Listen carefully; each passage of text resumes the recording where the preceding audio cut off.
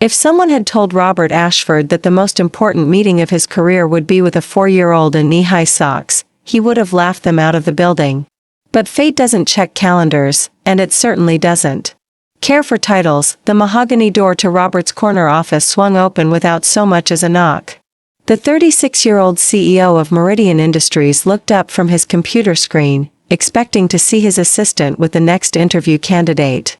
Instead, standing in the doorway with the confidence of someone 3 times her age, was a little girl in an emerald green dress with delicate pearl buttons running down the front. Her auburn curls caught the afternoon sunlight streaming through the floor-to-ceiling windows of the 42nd floor office. White knee-high socks and polished black nice shoes completed her outfit, and clutched in her small hands was a pink folder that seemed almost too big for her to carry. "Mom's sick, so I came instead," 4-year-old Sophia announced matter-of-factly. As if this were the most natural thing in the world, Robert blinked twice, certain he was hallucinating from too much caffeine and too little sleep. Behind his imposing desk, surrounded by abstract art worth more than most people's homes and overlooking the bustling cityscape of downtown Atlanta, he found himself face to face with perhaps the most unusual job interview of his career.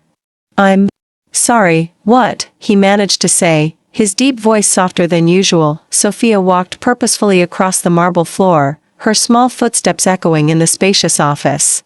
She approached his desk with the same determination he'd seen in countless business executives over the years, though none had ever worn such an endearing green dress or carried themselves with such innocent confidence. "Mommy has the flu," Sophia explained, setting the pink folder on his desk with both hands. "She said she couldn't miss this job interview because we really need the money for groceries and my medicine. So I told her I would come and explain everything to you." Robert's heart did something strange in his chest. In all his years of building his technology empire, of ruthless negotiations and corporate mergers, no one had ever disarmed him quite like this. He leaned back in his leather chair, studying the serious expression on Sophia's cherubic face. "And how exactly did you get here, sweetheart?" he asked, though he had a feeling he already knew the answer would surprise him. "I took the bus," Sophia replied proudly. "Mommy taught me all about the bus routes because sometimes her car doesn't work. I had to ask 3 different people which building was yours, but I found it. The security man downstairs was really nice," he said. I reminded him of his granddaughter. The weight of what this child had accomplished settled over Robert like a warm blanket. A 4-year-old had navigated public transportation and a major office building, all because her mother was too sick to attend a job interview they desperately needed. "Would you like to sit down?" Robert asked, gesturing to one of the leather chairs across from his desk. Sophia climbed up into the chair, her legs dangling several inches from the floor. She smoothed her green dress carefully and folded her hands in her lap, just as her mother had taught her to do when meeting important people. "Mommy made me promise to give you this," she said, pushing the pink folder toward him. "She said it has all her important papers and that I should tell you she's really, really good at organizing things and helping people." Robert opened the folder with gentle hands. Inside was a handwritten resume on notebook paper, clearly prepared with great care despite their obvious financial constraints. The penmanship was neat and deliberate, and he could see where certain words had been erased and rewritten to make sure everything was perfect. The resume told a story that made his throat tighten.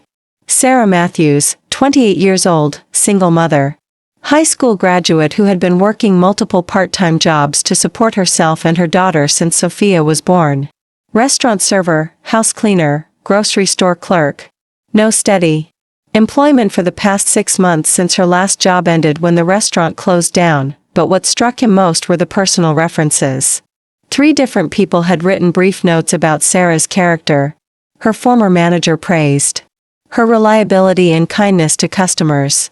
A neighbor mentioned how Sarah always helped elderly residents with their groceries. Her daughter's preschool teacher wrote about Sarah's dedication to her child's education despite their financial struggles. "Tell me about your mommy," Robert said, setting the folder aside and giving Sophia his full attention. Sophia's face lit up like a Christmas tree.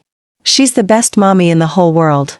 She makes pancakes shaped like butterflies when we have flour, and she reads me stories every night even when she's really tired from working." She taught me how to count to 100 and how to tie my shoes and how to be brave when things are scary. It sounds like she's taught you a lot, Robert observed. She says being kind is the most important thing, even when people aren't kind to you first. And she says working hard is how you take care of the people you love. Sophia swung her legs back and forth, her Mary Jane's catching the light. That's why she wanted this job so much. She said you help people with their computer problems, and she's really good at helping people. Robert felt something shift inside him, a recognition of values he'd somehow lost sight of in his climb to success. What kind of medicine do you need, sweetheart? It's for my asthma, Sophia explained without any self-pity. Sometimes I can't breathe good, especially when it's cold or when I get too excited. The medicine is expensive, but Mommy always finds a way to get it for me. She says that's what mommies do. The simplicity of her faith in her mother's love and provision hit Robert harder than any business presentation ever had. He thought of his own childhood, of parents who had provided for his every need and want, who had paid for the best schools and opportunities that had led him to this moment. Yet here was a child who faced real hardship with such grace and trust. Sophia, can I ask you something? Robert said, leaning forward slightly. Yes, sir, she replied politely. What do you think your mommy would say if I told her I wanted to give her the job? Sophia's eyes grew wide with wonder. Really? You would do that? Even though I came instead of her? Especially because you came instead of her, Robert said, and he meant it with every fiber of his being. She would probably cry, Sophia said thoughtfully. But happy crying. She does that sometimes when really good things happen. Like when I drew her a picture at school and told her she was beautiful even when she was sad. Robert had to clear his throat before he could speak again. Would you like to call her and tell her the good news? Can I really? Sophia's face glowed with excitement. Robert handed her his phone, showing her how to dial. As they waited for Sarah to answer, he found himself hoping he'd have the chance to meet the woman who had raised such an extraordinary little person. Mommy? Sophia's voice carried across the office. It's me. I'm in the big office with the nice man, and guess what? He wants to give you the job. Even from across the desk, Robert could hear Sarah's sharp intake of breath, followed by what sounded like happy sobbing. Mommy, don't cry, Sophia said gently. He's really nice, and he has a big office with pretty pictures, and there's a whole city outside his windows. I think you're going to like working here. Robert gestured for the phone, and Sophia handed it to him with a trusting smile. Miss Matthews, he said. This is Robert Ashford. I hope you're feeling better. Mr. Ashford, I am so sorry. Sarah's voice was thick with emotion and congestion. I can't believe she actually went there by herself. I woke up from a fever nap and found a note saying she'd gone to your office. I've been frantically trying to figure out how to get downtown. Please don't apologize, Robert said firmly. Your daughter is remarkable. She's articulate, polite, and clearly loves you very much. The fact that she would take initiative like this at 4 years old tells me everything I need to know about the kind of person you are. There was silence on the other end except for quiet crying. Ms. Matthews, I'd like to offer you the position of administrative assistant. The salary is $50,000 a year with full health benefits, including coverage for Sophia's medical needs. Can you start Monday? More silence, then a whispered yes. Oh my goodness, yes. There's just one condition, Robert continued, glancing at Sophia, who was listening intently. I'd like Sophia to visit the office sometimes. We have a company daycare on the 15th floor, and I think the other employees would enjoy meeting the young lady who conducted one of the most impressive interviews I've ever witnessed. When Robert ended the call and handed the phone back to Sophia, she was practically bouncing in her chair. We did it, she exclaimed. Mommy's going to have a job, and I can come visit you sometimes. You certainly can, Robert assured her. In fact, I have a feeling you're going to teach all of us grown-ups a thing or two about what's really important. As Robert arranged for his driver to take Sophia home safely, he reflected on how much his life had changed in the span of 30 minutes. He'd built his fortune believing that success was measured by profit margins and market share. But this little girl in her carefully pressed green dress had reminded him of truths he'd forgotten. That evening, Robert sat in his penthouse apartment overlooking the city, but instead of reviewing quarterly reports, he found himself thinking about butterfly pancakes and bedtime stories, about a mother's fierce love and a child's unwavering faith. He thought about the courage it had taken for Sophia to navigate an unfamiliar city because her family needed help, and about the dignity with which both mother and daughter faced their struggles. For the first time in years, Robert felt truly wealthy. Not because of his bank account or his corner office, but because he'd been reminded that the most valuable things in life couldn't be bought or sold. They could only be given freely, with open hearts and generous spirits. 3 months later, Sarah Matthews had become one of the most valued employees at Meridian Industries. Her organizational skills were exceptional, but more than that, her warmth and genuine care for others had transformed the office culture. Productivity increased, but so did workplace satisfaction, as Sarah's example reminded everyone that success and kindness weren't mutually exclusive. And Sophia? She became the unofficial mascot of the 42nd floor, charming executives and assistants alike with her curious questions and unguarded affection. She had a special chair in Robert's office where she would sit and draw pictures. While her mother worked late, and more than once, Robert found that her innocent observations about business problems led to breakthrough solutions. The pink folder that had started it all was framed and hung on Robert's office wall, a daily reminder that sometimes the most important interviews happen when we least expect them, conducted by the most unlikely candidates, and that true success is measured not by what we achieve for ourselves, but by how we lift others along the way. The transformation that began that autumn afternoon rippled through Robert's life in ways he never could have imagined. He started visiting the company daycare regularly, not just to see Sophia, but to spend time with all the children whose parents worked for him. Their laughter echoed through the halls, reminding everyone that behind every employee was a family, a story, a dream worth nurturing. Robert found himself implementing new policies, flexible schedules for single parents, emergency childcare, assistance, and educational scholarships for employees' children. His board of directors initially questioned these expenses, but productivity soared as employee loyalty deepened, proving that investing in people's lives was the most profitable decision he'd ever made. Sarah's influence on the company culture became legendary throughout the building.